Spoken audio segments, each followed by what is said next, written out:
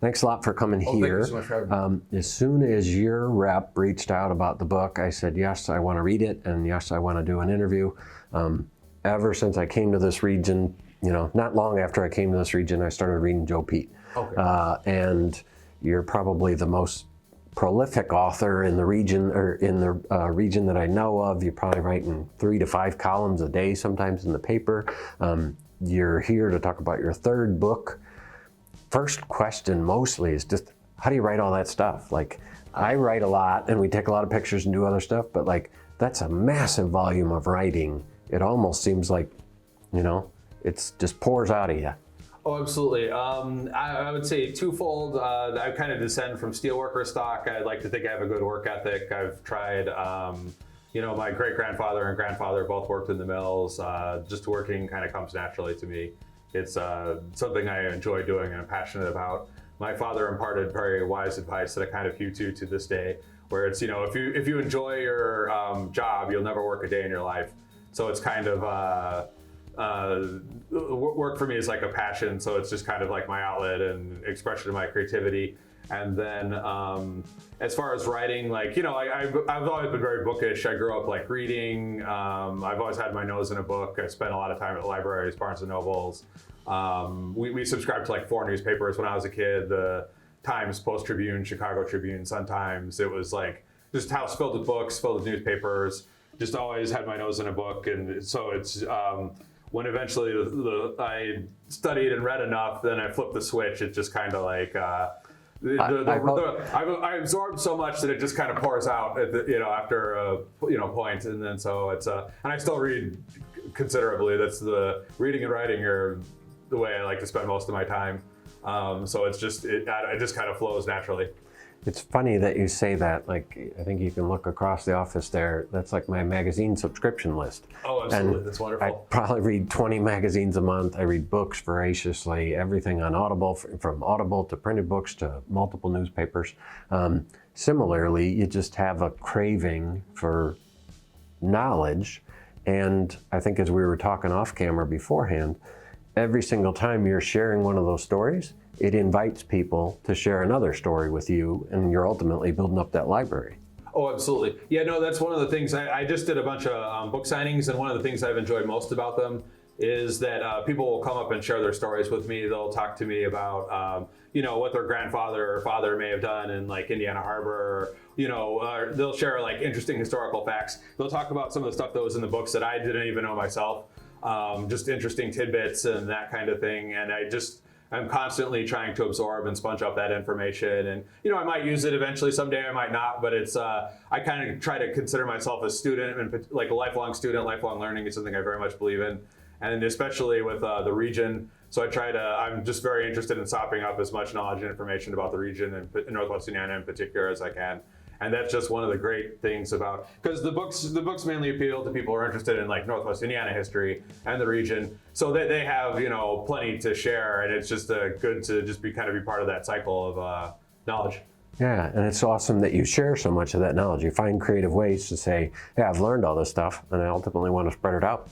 Oh, absolutely. Yeah, because some of I had some people come by and telling me things about the dunes and tours you can take and things that I hadn't been familiar with, and it was just kind of enlightening. But with this book in particular, Secret Northwest Indiana, I had I would say I probably learned more than researching any other book previously, because I had I had to travel over Northwest Indiana everywhere from the Rensselaer Art Walk to the dunes to the south suburbs to Southwest Michigan to kind of research it, photographed everywhere in the book. A lot of books you spend your whole time holed up in the library, but this book I was really getting out, talking to people, doing interviews, visiting all the places in there, and it's just I tried to include the entire breadth and depth of Northwest Indiana, from the cities to the rural areas to the suburbs, and just kind of all kinds of hidden pockets and kind of secret history, and just a lot of tidbits that even I had been unfamiliar with. I've go to the Ogden Dunes National Park all the time, but I never knew that the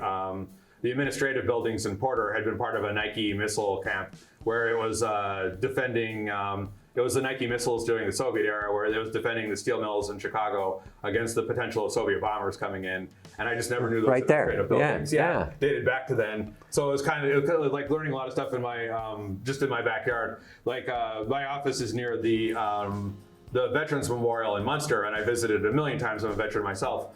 But I never knew that the sculptors who had designed the statuary in there, they also did the Harry Carey sculpture outside Wrigley Field. They did the Jordan and some of the other sculptures outside the United Center. They did the sculptures outside the Comerica Park in Detroit.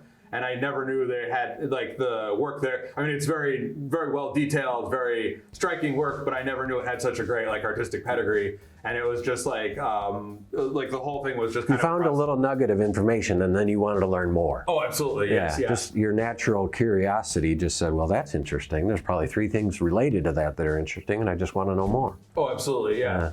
Yeah, no, it was definitely a process of discovery and uncovering, and yeah, there's just so much in there that, so some of it I've been I've been familiar with it a lot, covering Northwest Indiana for a decade. But it was just great to get out and like visit the like I had heard of the Ogden Dunes ski jump where that was one of the ones I bookmarked in here that sort of you think most of them are things that most people wouldn't know. I would say out of all these things, the vast majority most people don't know, so I think they're all interesting. But there was a couple that were curious to me. I've heard roughly about the story of the marriage mill, sort of at a surface level, but tell me what that means to most people don't even know in Crown Point. Oh, absolutely. Yes, they still occasionally they do ceremonies like once a year where they do kind of marry people in tribute to it. But it was back during the first half of the 20th century. Illinois and other neighboring states kind of and Kentucky had like more strict laws as far as marriage, as far as like the age, parental consent, and so forth. But Indiana just happened to have like very lax laws.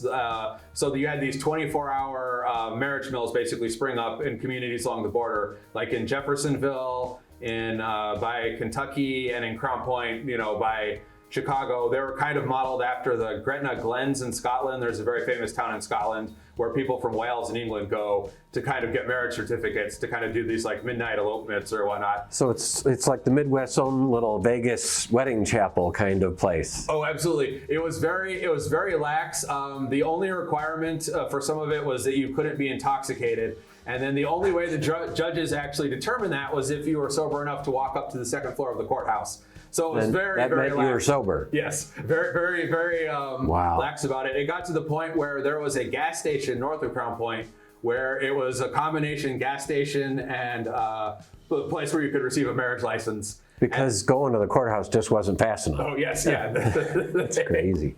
And it attracted celebrities from all over. Anytime they'd visit Chicago, like Muhammad Ali, Joe DiMaggio. One of the more famous ones was Rudolph Valentino. He was a major actor during the silent film era. Yeah. He often played villains and so forth. And because a lot of the people would duck in and out, and it was kind of a very private ceremony. And they were trying to deliberately avoid attention by going there. But he decided to have a very public ceremony to his wife, who he'd already previously married, but he had been divorced, and they had gotten married in Mexico. And there was a law against bigamy in the United States where you had to wait a year at the time to get remarried, and he had gotten married in Mexico before then. So he decided to make it kind of official by going to Crown Point. And the word spread around town. There was like thousands of people gathered in the downtown courthouse. It was just drew like all this attention. And he was signing autographs out there, shaking hands, like, glad handing. Modern day TMZ scene. Oh, absolutely. Yeah. Yes. Yeah. Wow. That's hilarious.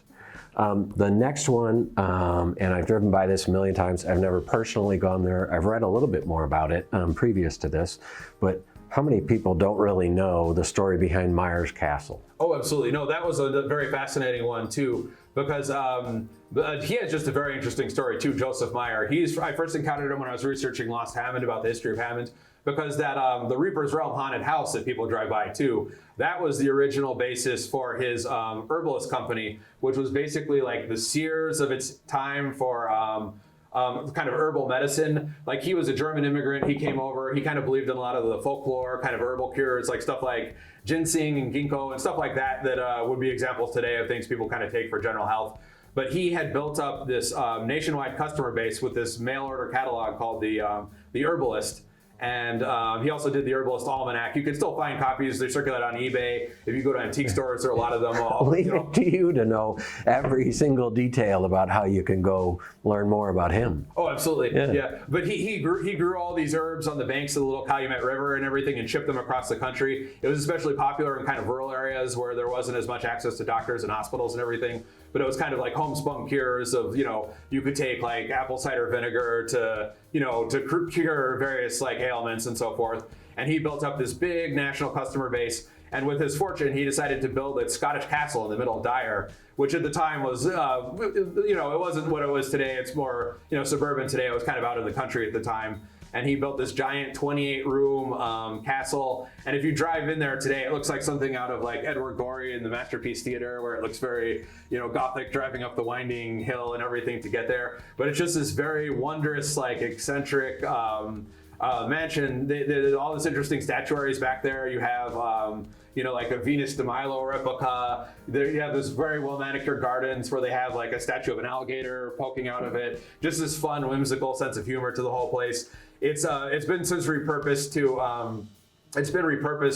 to where it's used for special events like weddings and quinceañeras and things like that now, business functions. There was at one point like an Argentinian steakhouse and with the swords and everything, and the nightclub in there, but that's kind of been defunct. It's kind of back off the road and kind of hidden, but it's just a very interesting, it's mostly open for special events, but they have like peacocks roaming the ground. You could just go there and just wander around the grounds without any invitation. It's very, just a very fascinating place. But his estate had been so large that it was later, after his death, and I think it was like 1945 or 1950, but they subdivided it to the Castlewood Estate subdivision, which today has like 300, 400 homes, because it was completely surrounded by woods. Like he just had a massive landholding out there because his company was very successful. It's still around today. It's in Hobart. It's just off of I-65. And it's nowhere near as large as it had been. It kind of, the business kind of changed. It found its proper, long-term place. Absolutely, yeah. It settled into a niche, and it's doing pretty well. It's still trying to innovate. They're trying to come up with like a Crest Strips version for some vitamins, with the gummy vitamins being as popular as they are. Now you have like jelly bean vitamins and that kind of thing. Yeah. They're looking at like dissolvable vitamins you can kind of ingest that way. And, they're still innovating and doing interesting things, but it's, and they're distributing online. And are they still involved in the house? Oh no, the house. Yeah, the house has been. Yeah, the house has been a private events venue for some time. The company and the family, as far as I know, isn't really involved in it anymore. I'm tipping you off to the next one. Okay, sure. Most people in Northwest Indiana don't know there's even any of these sun clubs or nudist clubs. This is not our, we're the good news people. I don't know if everybody thinks it's good news that there's nudist clubs in here, but it's just fascinating that like this kind of stuff is still going on all the time. Tell me what you found in this area. And I guess my first question is, do you have to experience the research like this, or can you do it at a distance? This was definitely at a distance with this one. I took some quick pictures of the signs on the outside, but I didn't enter any of the facilities, so I was trying to respect the privacy of the people and so forth. But it's very interesting because Roselawn has actually two of the biggest clubs, I believe, in the entire Midwest.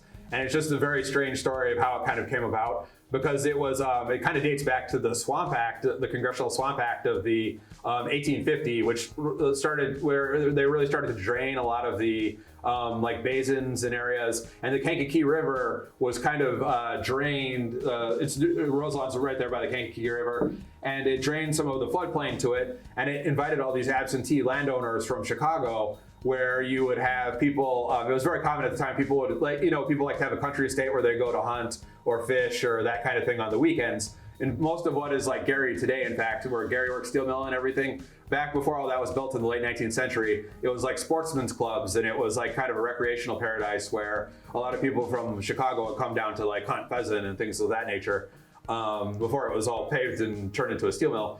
But you had a similar situation there in Roselawn, where one of the owners happened to be this Austrian, his Alfonso, I forget his full name, but it's the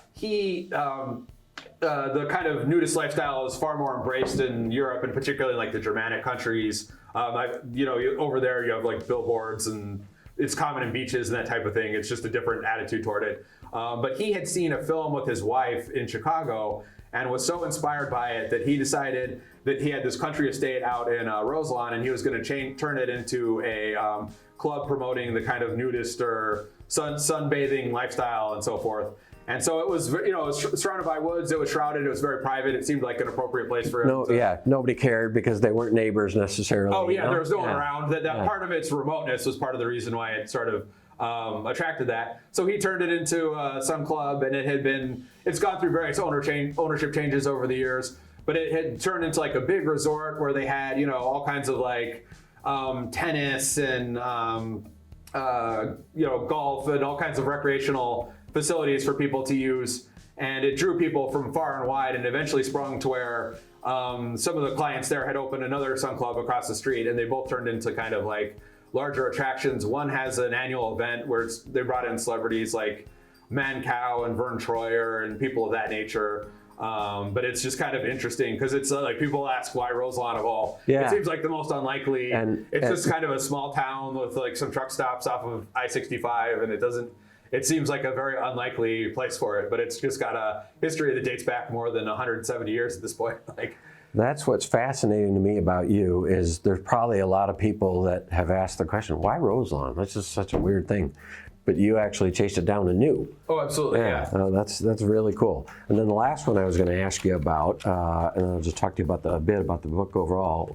We were mentioning beforehand, the Ogden Dunes ski jump. I bet you very few people knew that was there. And tell me the origins of why. Oh, absolutely. Yes, the Ogden Dunes was founded by one of the developers who was, sand mining was very common, unfortunately, kind of in the early days of the dunes, where you had dunes like the Hoosier Slide out by Michigan City, 200 feet high, was the biggest tourist attraction in the state for a long time in the 19th century. People would come from Chicago and far and wide, and they would climb up to the top. Some people go get married on the top. It was most famous, we're climbing it to have the panoramic view of Lake Michigan and everything, but then people like to slide down slowly. That was kind of where it got its name, the Hoosier Slide. And it was a big tourist attraction, but it was mined to make the ball jars that have since become kind of ubiquitous. Another place where you can go to antique stores and find a million of them. The whole reason they're blue is because of the quality of the sand from that area. But one of the guys who was very big into sand mining at the time founded Ogden Dunes. Very nice duneland community. They've got all kinds of, it's very hilly because of the sand dunes, and they've got some very interesting architecture there. There's a Frank Lloyd Wright house that's one of the chapters. There's Frank Lloyd Wright's son did some of the buildings there, but mostly residential community. But very nice. But it's got the massive sand dunes in there, and they were looking for a place to kind of try to break the ski jump records. So they settled on, you get the lakefront snow and you get a lot of snow off of Lake Michigan. And so they decided one of the dunes just off of Lake Michigan would be a good spot. So they picked one on there, and they built this massive steel and wood ski jump that was, I think it was like 190, 200 feet high. I'm just going off of my memory here. But it was... Which is pretty good, by the way. Yeah, no, it was huge. Because at the time, people would descend it, and you could go 60 miles an hour, which was as fast as the Ford Model A, the fastest car at the time, could drive. So it was definitely designed to send people flying as far as possible. And it became a big attraction. It was originally just supposed to be for record setting. It wasn't really supposed to be like a tourist attraction or anything. And it drew in people from like the Norwegian Olympic team. After winning all these gold medals, they came to Ogden Dunes to kind of to try it out and that kind of thing. And eventually it started to have all these competitions and contests, and they would draw crowds of thousands of people where they would line the, and this was a much more popular thing back in the day, the ski jumps. Yeah. I've seen historic footage, I think in the Field Museum, where they built one on Soldier Field where they have a massive ski jump. Like it was a much more common attraction. Long before the X Games. Oh yes, yeah. And then they would build these massive structures, and then crowds of like thousands of people would show up. But then the Great Depression happened, and it kind of made it financially unviable. The crowds kind of dissipated. And then one issue they had with it, because, they joke in Indiana, if you don't like the weather, wait 15 minutes, it'll change. As harsh as the winters can, as harsh and snowy as winters can be here sometimes, the snowfall did prove to be too inconsistent in the winters to have it available for as long as they needed it for. So you'd have too many times where there wasn't enough snow to have the ski jump effective. For landing and so forth, and they've since moved it. It's still in existence and still in use today. They moved it to Wisconsin. It's somewhere in northern Wisconsin now. It's still being used by skiers today. but it's I'm sure they built bigger and better since. But it was like quite a draw, and and I went to Ogden Dunes, and there's still there's the Hourglass Museum where you can get information on it. There is the there's a plaque. It's at that sports field when you first come into town. There's a plaque and information where you can read up on it. But that's one thing. There was one podcast I really try to follow this. They made a point of always try to stop and read the historic plaques, and that's one thing I always try to. That's if you're that person, this book is for you, because that's what kind of informed this book and kind of inspired me. I try to do that whenever possible, unless I'm in a real hurry. But it's it kind of gets into that kind of history that people like overlook or pass by, or that kind of thing. Because I'm sure somebody now soccer game and somebody now will walk by that statue and they'll take a selfie with it because it looks cool. Yeah. But you're like, no, actually read the thing. Like it's not. It might not actually be nearly as cool, or it's far more cool than you know it is if you just took the time to read the plaque. Absolutely, yeah. And in your case, a couple of pages on each thing. Oh, absolutely, yeah.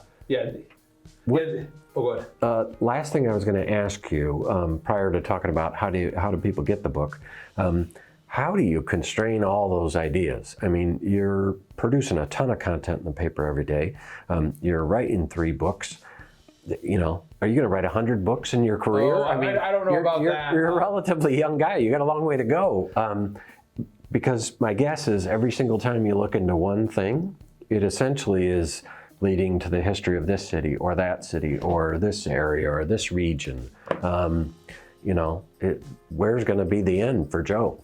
I don't know. I definitely want to. I didn't initially set out to do that. It was initially kind of like I've been approached about doing a history book, and so I wrote one. But I do have a definite interest in chronicling. My family has like deep roots in this area. I'm invested in Northwest Indiana. I definitely have a desire to kind of chronicle the region. Well, I do feel, because that's but part I could feel like a Steele book coming on. I could feel like a Dunes book coming on. I could feel a Parks book coming on. I mean, it seems like you could do a ton of them with what you know. Oh, absolutely. Yeah, because there is one thing I've always felt like this area, it doesn't really get its due. We're kind of between, Chicago and between, Indianapolis and downstate Indiana. And we're kind of in the shadow of both and kind of the redheaded stepchild of both. And then, the Northwest Indiana, though, is like, population-wise, it's bigger than Kansas City. It's bigger than Miami. It's bigger than, a lot of cities, major cities across the country. But it's balkanized. It's divided into all these little cities and towns and fiefdoms and so forth. And then, but we have, like, national significance. The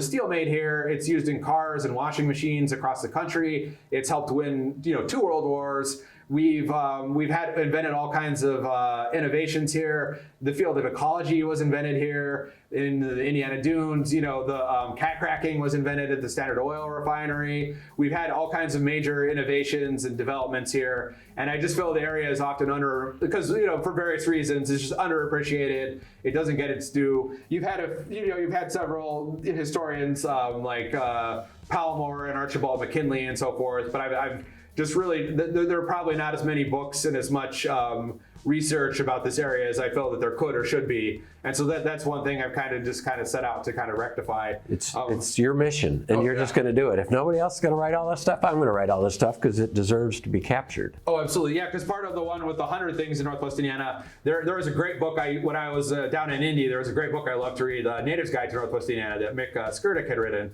But it's like the last big travelogue to Northwest Indiana, but it's probably 20 years old at this point. So I was like, there needs to be a fresher, more contemporary, version of that, because I just don't feel there's many books published about this area as there ought to be. And so I set out to do that, and then it kind of evolved into the publisher asked me to do another one, kind of focusing on more of the secret hidden histories, and I try to really combine in this one like history with travelogue. So it's like somewhere where you can visit, but that has an interesting or lesser known history to it. You can learn more about various historical figures like Diana of the Dunes or things like that. But it's not cherry picking the top 10 just for ease. You got very unique things in there. Oh, absolutely, yeah. Yeah, or I try to say stuff that's like lesser known about places. Because like growing up, I would go to the Indiana Dunes all the time, went on field trips, went on weekends. But there's so much there that's underexplored. Like the Pinhook Bog, they're opening up for the season for guided ranger tours. But it's been formed by glaciers thousands of years ago. It's filled with all these carnivorous, like insect-eating plants. It's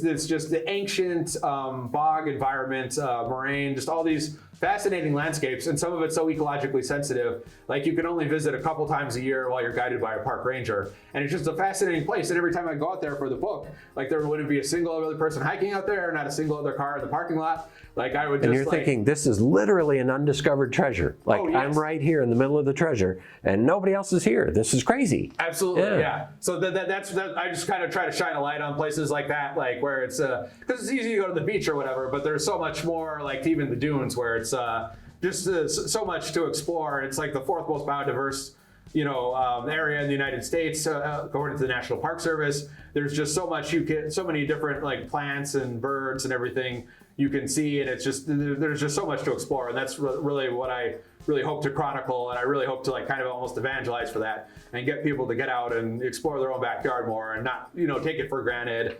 And it's if you've lived here your whole life, it's very easy to just kind of take a lot of things for granted, but this area is definitely more wondrous and special than people kind of give it credit for. That's a pretty awesome description of not just your writing, but also just the region. Like this is a pretty cool place to live. Most people outside it don't necessarily appreciate that. I often find that a lot of people inside it don't very much appreciate that, or don't appreciate it that as much as they could. So wrap it up. Tell people any upcoming book signings, or more importantly, like how to find you, where to find the book online, where to find the book in local stores. Oh, absolutely. It's available. I have one book signing probably coming up at Paul Henry's Art Gallery in Hammond. The date hasn't really been set yet. It's still up in the air, but probably in the next month or two. But the books are available at most of the local bookstores, Barnes & Noble in Valparaiso, Green Door Books in Hobart, Miles Books in Highland, Indian Bang Bang and Miller in Valparaiso, I Dig Dinos in Griffith, various local retailers, bookstores, museum gift shops, Lou Besnick, South Shore Arts, places like that. Just wherever stocks new local books, it's typically available at most of those places. Books A Million at South Lake Mall, places of that nature. And where do people read you every day? I'm at the Times at NWI.com, and I'm on Twitter at NWI_JSP.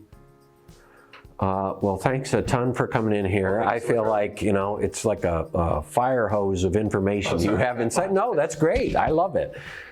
These people know that's more like I am. And I love hearing people that are really passionate about their work. So thanks for coming in. Thanks for sharing the book, and keep up the great work. That's all I could say. Oh, thank you so much for having me. Awesome. Yeah, thank you.